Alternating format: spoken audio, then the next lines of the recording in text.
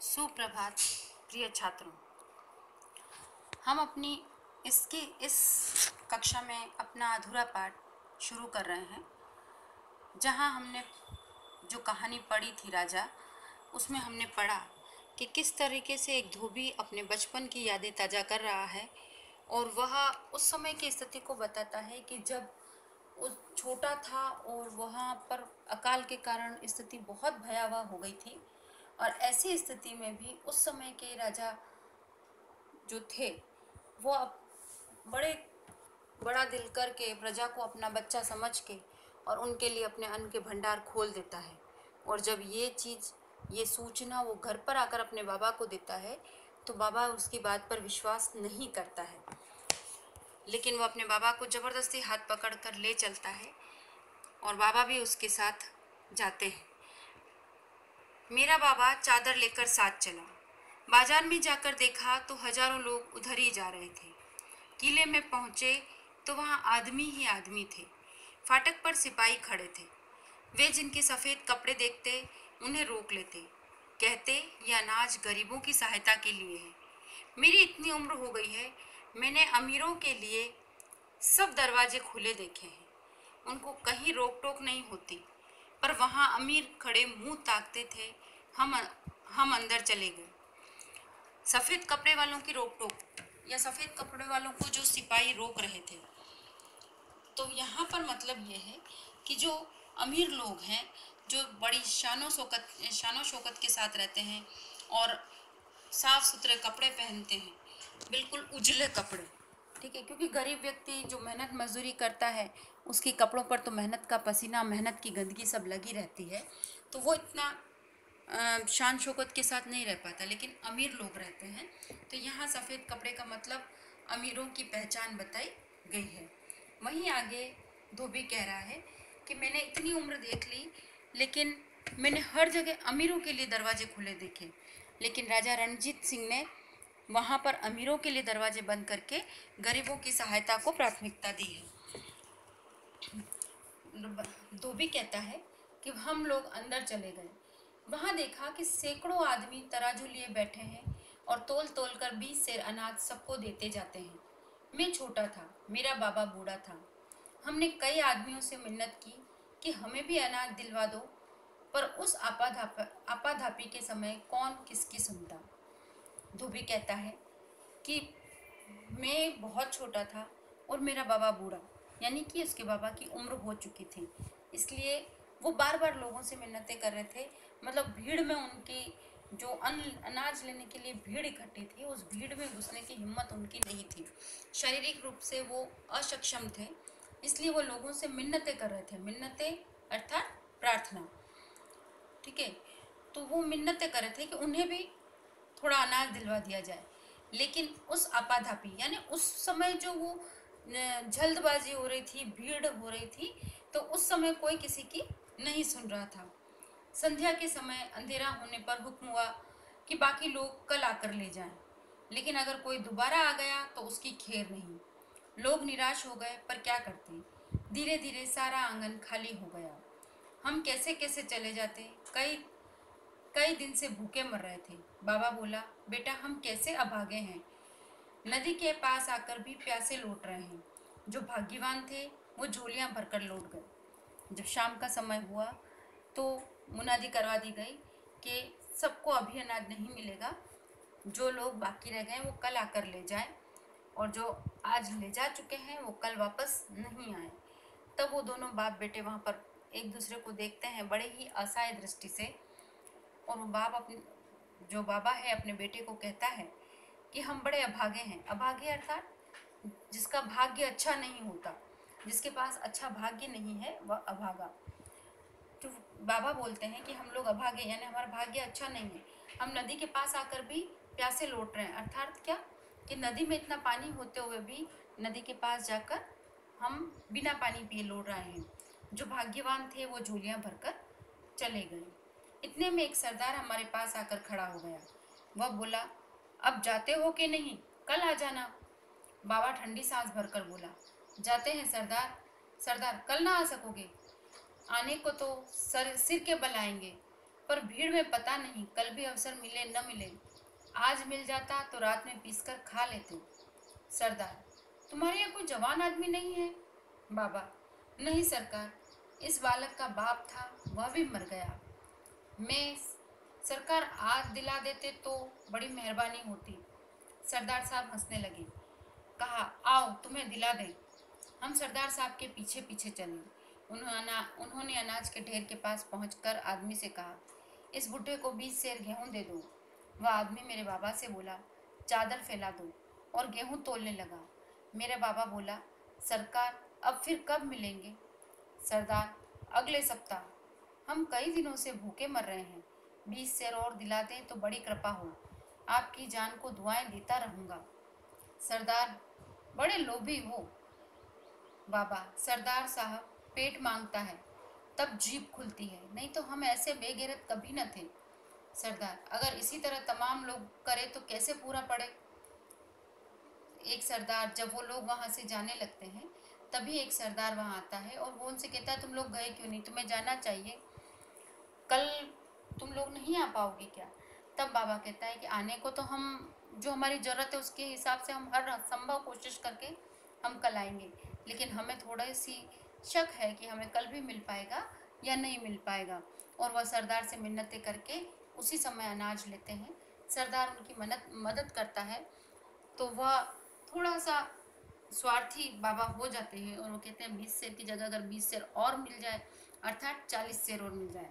तो सरदार उन्हें कहता जरूर है कि तुम थोड़े लोभी हो, लेकिन फिर भी वह कहता है, बाबा अपनी बात को समझाते हैं कि हम लोभी नहीं हैं, ये तो पेट की भूख ऐसी है, यानी कि भूख के मारे ऐसी बुरे हाल है और हमारी ज़रूरत इतनी बढ़ गई है कि उसके आगे हमको मांगना पड़ता है। आगे, बाबा, सरकार राजा के महल में मोतियों की क्या कमी है? नहीं हो तो न दे, फिर द्वार पर आ पड़ेंगे। शहर में बड़ा यश हो रहा है। बेटा नमस्कार कर, इन्होंने हमें बचा लिया, नहीं तो रात रोते रोते कटती। मैं आगे बढ़कर नमस्कार किया। सरदार ने मुस्कुराकर आशीष दिया। जीते रहो बेटा, तुम्हारा क्या नाम है? जग्गो। सरदार, अब अनाज मिल गया ना, जाओ रोटियां पका कर खाओ। मैं, सरकार 20 सेर और दिला देते। सरदार ने अनाज तोलने वाले को आदेश दिया, 20 सेर और तोल दो। बूढ़ा बाबा बार बार कैसे आएगा? 20 सेर और मिल गया। बाबा, वाहे गुरु, आपका यश दूना करे। सरदार, महाराज की जान की दुआ दो, यह सब उनकी कृपा है, नहीं तो लोग भूखे मर जाते। राजा प्रजा का पिता होता है। बाबा, सच है सरकार, महाराज तो ऋषि हैं। सरदार, ऋषि तो क्या होंगे, आदमी बने यही बड़ी बात है। सरदार साहब बोले, अब उठा कर ले जाओ। सरदार और बाबा के बीच में बातें हो रही थी और सरदार उन्हें 20 से और अनाज दिलवा देता है और फिर वो कहता है कि महाराज को दुआ देना। तब बाबा बड़ी दिल से उनकी प्रशंसा करते हैं कि खैर जो कुछ हो रहा है वो महाराज की वजह से है, वह तो ऋषि यानी महान इंसान है। तब सरदार बोलते हैं कि ऋषि तो क्या, वह सिर्फ इंसान बनकर रहे, यही बड़ी बात है, और अब तुम अपना अनाज उठा कर ले जाओ। आगे, गरीब दावत में खाता बहुत है, वह यह नहीं सोचता कि पचेगा या नहीं पचेगा। बाबा ने भी अनाज बहुत ले लिया, अब उठाना मुश्किल था, क्या करें क्या न करें। यहाँ पर बाबा की स्थिति को बताया जा रहा है एक छोटी सी वाक्य के साथ कि गरीब दावत में खाता बहुत है, वह यह नहीं सोचता पचेगा या नहीं।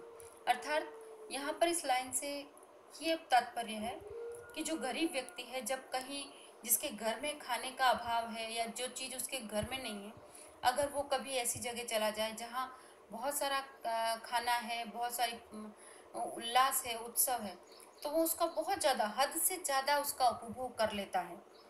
इसी तरीके से जब गरीब दावत में जाएगा तो वो दावत में बहुत ज़्यादा खाएगा।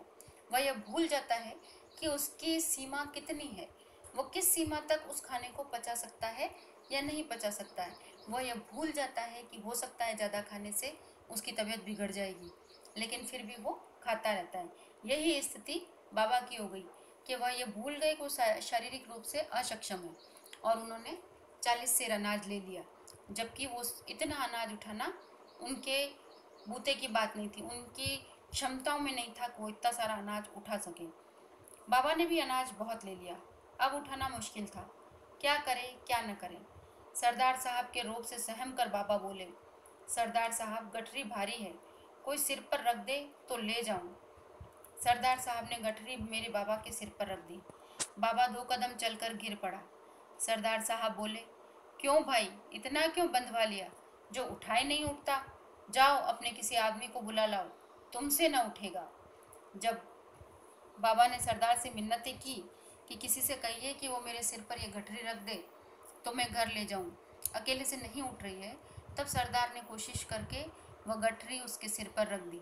लेकिन वजन ज़्यादा और शारीरिक अक्षमताओं की वजह से या शारीरिक रूप से कमज़ोर होने की वजह से बाबा 4 कदम भी नहीं चल पाए और वह नीचे गिर गए।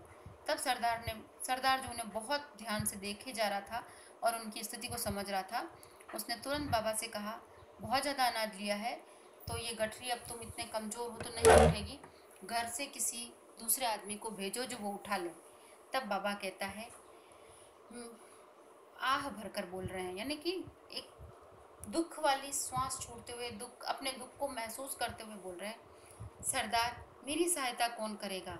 सरदार साहब ने कुछ देर सोचा, फिर गठरी अपने सिर पर उठाकर चलने लगे। हम दंग रह गए। हम सोचते थे आदमी नहीं देवता है। वहां पहुंचकर धोबी रुक गया। कहानी ने बहुत मनोरंजक रूप धारण कर लिया था। मैं अगला भाग सुनने को अधीर हो रहा था। मैंने जल्दी से पूछा, क्यों भाई, फिर क्या हुआ। धोबी जब कहानी सुना रहा है और धोबी ने जब ये बताया कि सरदार को ये महसूस हुआ कि बाबा के घर में कोई भी जवान आदमी नहीं है जो इस गठरी को उठा पाएगा, तो स्वयं अपने सिर पर गठरी उठाकर चल पड़े। यह देखकर धोबी दंग रह गया। दंग रहना यानी मुहावरा है आश्चर्यचकित हो जाना। ये इस जगह पर धोबी ने बोलते बोलते थोड़ा सा विश्राम लिया, तो जो लेखक है वो बहुत ही उत्साहित है इस कहानी को सुनने के लिए, तो वो तुरंत धोबी को कहता है कि अरे आगे क्या हुआ था, जल्दी बोलो। धोबी ने खाली वायुमंडल की ओर इस भांति देखा जैसे कोई वस्तु खोज रहा हो, और फिर दीर्घ निश्वास लेकर बोला, जब हम पहुंचे और सरदार साहब अनाज की गठरी हमारे आंगन में रखकर लौटे तो मैं और मेरा बाबा उसके साथ बाजार तक चले। मेरा बाबा बार बार कहता था, इसका फल आपको वाहे गुरु देंगे। एकाएक उधर से कुछ फौजी सिख निकल आए। फौजियों ने उनको पहचान लिया और तलवार निकालकर सलाम किया। यह देखकर मेरा बाबा डर गया। जब सरदार साहब चले गए तब मेरा बाबा उन फौजियों के पास पहुंचा और पूछा, यह कौन थे। उनमें से एक ने मेरे बाबा की तरफ आश्चर्य से देखा और जवाब दिया, तुम नहीं जानते, यह हमारे महाराज थे। बाबा चौंक पड़े। उनके मुंह से एक शब्द भी न निकला। यह महाराज थे, वही महाराज जिनकी आंख के इशारे पर फौजों में हलचल मच जाती है, जो अपने युग के सबसे बड़े राजा थे। आज एक धोबी के घर गेहूं की गठरी छोड़ने आए थे। यह सच्चे महाराज हैं, इनका राज दिलों पर है। उस रात हमें नींद नहीं आई। सारा घर जागता था और महाराज के लिए दुआएं मांगता था। दूसरे दिन बड़े जोर की वर्षा हुई। यह कहानी सुनकर धोबी चुप हो गया। मेरे रोंगटे खड़े हो गए, आंखों में पानी भर आया। मैंने धोबी की तरफ देखा। उसकी आंखें सजल थी। मैंने ठंडी सांस भरी। धोबी ने कपड़े गिनकर कहा, बाबू साहब लिखिए, 14 पायजामे, 20 कमीजें। मैंने कॉपी उठा ली और लिखने लगा। यहीं पर यह कहानी का अंत होता है। जब सरदार धोबी के घर अनाज की गठरी रखता है और वह गठरी रखकर चल पड़ता है, तो पीछे पीछे उसको बाजार तक छोड़ने के लिए वह धोबी और उसके बाबा जाते हैं और वह उस सरदार को बहुत दुआएं दे रहे होते हैं। तभी कुछ फौजी सैनिक जो थे सिखों के, वह उधर से आए और उन्होंने उस सरदार को पहचानते ही अपनी अपनी तलवारें निकाल कर उनके सम्मान में उनको सलाम किया। यह देखकर धोबी को थोड़ा आश्चर्य हुआ था और उन्होंने जब पूछा कि कौन है, और जब सैनिकों ने यह जवाब दिया कि ये तो हमारे महाराज हैं रणजीत सिंह, तो वहीं पर सब अचंभित आश्चर्यचकित रह गए थे। वो जहाँ थे वहीं स्तंभित रह गए कि आज उनके घर पर उनकी सहायता के लिए नौकरों की तरह अनाज रखने के लिए जो आए थे वो महाराज स्वयं थे। ये उन्हें इन अपनी कानों पर, अपनी आंखों पर विश्वास ही नहीं करने दे रही थी। वह ये सोच रहे थे कि जहाँ इतना प्रजा वत्सल, प्रजा का रक्षक राजा होता है, वहाँ पर कैसे अकाल पड़ सकता है। वो प्रभु से, अपने भगवान से और राजा के लिए बहुत सारी दुआएं मांगते रहे और उसका परिणाम ये था कि दूसरे दिन घनघोर घटाएं होते ही बारिश हो आई। इतना महान किस्सा सुनकर लेखक की आंखों में भी पानी था और ऐसा किस्सा सुनाकर धोबी की आंखों में भी पानी था और उसके बाद वो दोनों अपने अपने कार्य में लग जाते हैं। इस कहानी से हमें यही शिक्षा मिलती है कि इंसान कितना ही बड़ा हो जाए पद में, चाहे उसके पास कितना ही धन आ जाए, कुछ भी हो जाए, लेकिन उसे अपने कर्तव्य से विहीन नहीं होना चाहिए और लोगों के लिए, उनकी भलाई के लिए, उनकी अच्छाई के लिए हमेशा चलते रहना चाहिए। और इन सब के बीच में भी उसे इतना सहज रहना चाहिए कि लोग बाग उसकी सहजता को पहचाने, उसके पद को नहीं। धन्यवाद।